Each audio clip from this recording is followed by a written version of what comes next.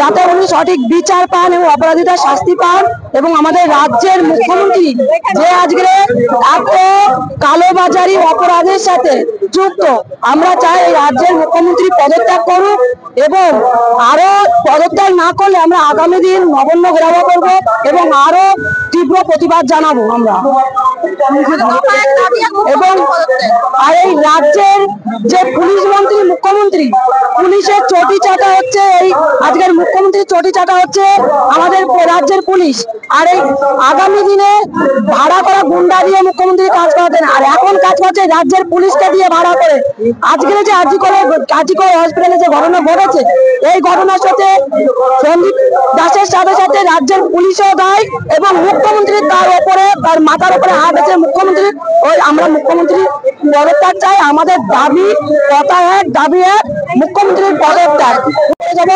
আরো একটা তীব্র আন্দোলন করবো আমরা।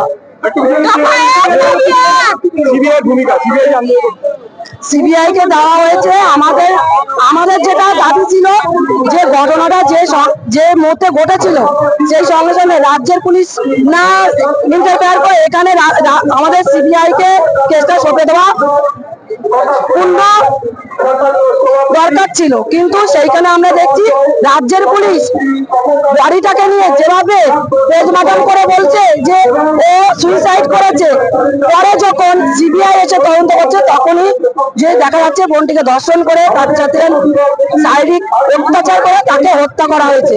আমরা চাই এর পূর্ণ বিচার পাক এবং তার পরিবার মেয়ে তো খুঁজে পাবে না, তারা পূর্ণ বিচার পাক এবং আমরা রাজ্যবাসী তার পরিবারের পাশে থাকবো এবং রাজ্যমন্ত্রীর পদত্যাগ করতে হবে।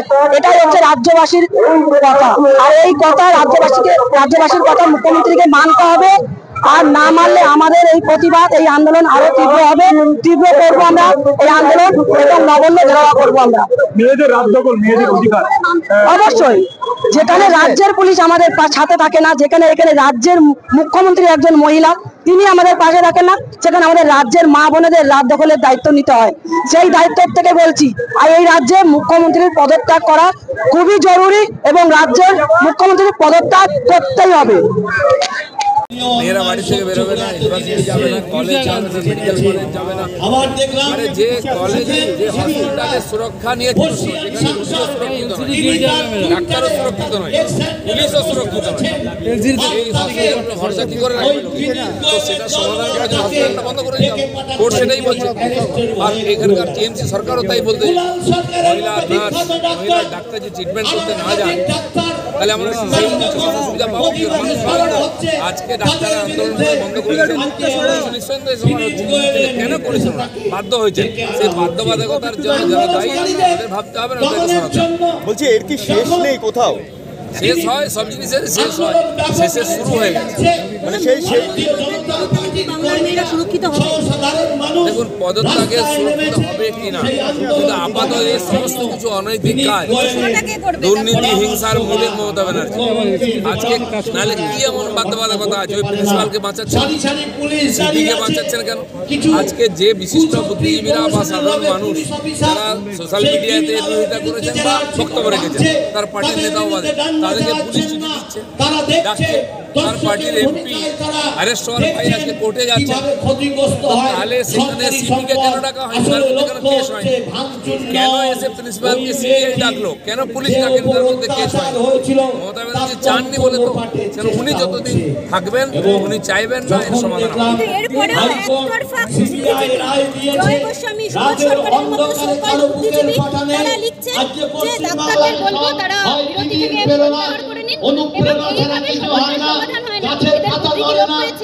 বুদ্ধিজীবীরা তো নেমেছিলেন অনেক কেসে, সিঙ্গুর পায়ে আন্দোলন নিয়ে সরকারকে আনার পিছনে তাদের সহযোগিতা আছে। তখন বিবেক ছিল, এখন বিবেক অনেক ভয়ঙ্কর ঘটনা ঘটেছে। একটি মেয়ে, সে এক বাড়ির সন্তান, তাকে যে নৃশংস হত্যা করা হয়েছে, তার সমাধান ওনারা চান না। ওনারা বলে দিন সমাধান আসুন সামনে, মনে করেন এই ধরনের পেট বাঁচানোর জন্য যে জাস্টিস মজার ব্যাপার, জাস্টিস চাওয়াটাকে অপরাধ মনে করা এই সরকার এত অকম্য হয়ে গেছে, এত দুর্নীতিগ্রস্ত হয়ে গেছে, অপরাধীদের সরকার হয়ে গেছে, সেখানে জাস্টিস মারাটাও অপরাধ। তাদের পার্টির সিনিয়র নেতা পাবলিকের চাইতে জাস্টিসের কথা বলে দিয়ে দাও না, দিয়ে দাও অন্য দলের বা সমাজের সাধারণ মানুষ বিশিষ্ট ব্যক্তিগত পুলিশের ভয় দেখানো হচ্ছে, এখানে জাস্টিস চাওয়া যাবে না। আর্যিকরের ঘটনা আত্মহত্যা বলে চাপানো হচ্ছে, চেষ্টা করা হয়েছিল প্রথমে, এবং পরবর্তীকালে দেখা সেই জন্য মানুষ জাস্টিস চাইতে রাস্তায় নেবে, তাকে ভয় দেখানো হচ্ছে, বন্ধ করা হচ্ছে।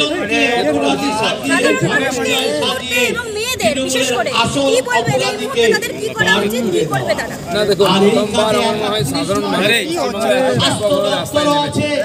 এর আগে আমরা নন্দীগ্রাম অঞ্চল থেকে সিঙ্গুর থেকে সমস্ত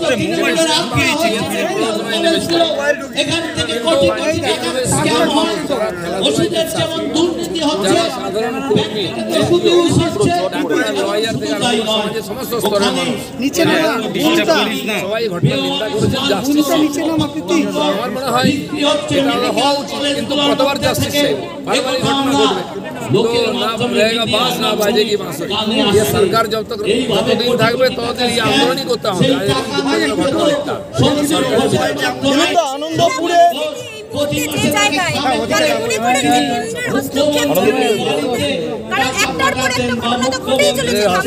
দাবি বহুবার উঠেছে, এখনো উঠছে, উঠবে।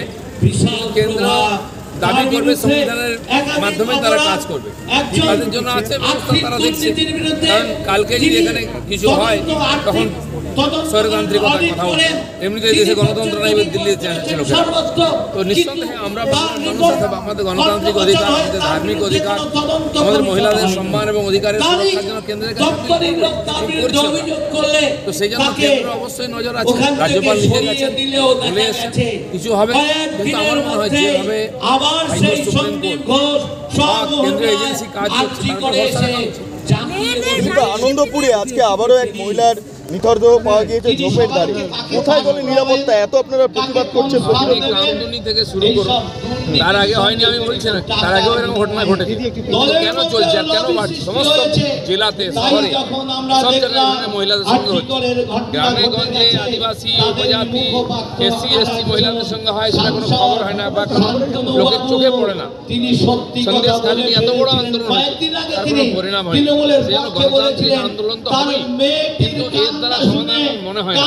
এই সরকারকে যতক্ষণ না বিদায় করা হবে, এই ঘটনা চলতে থাকবে আর আমরা রাস্তায় নামতে থাকবো। এটা কোনো সমাধান নয়। সরকার জিতে গেছে মানে যা ইচ্ছা করবে, এটা হতো না।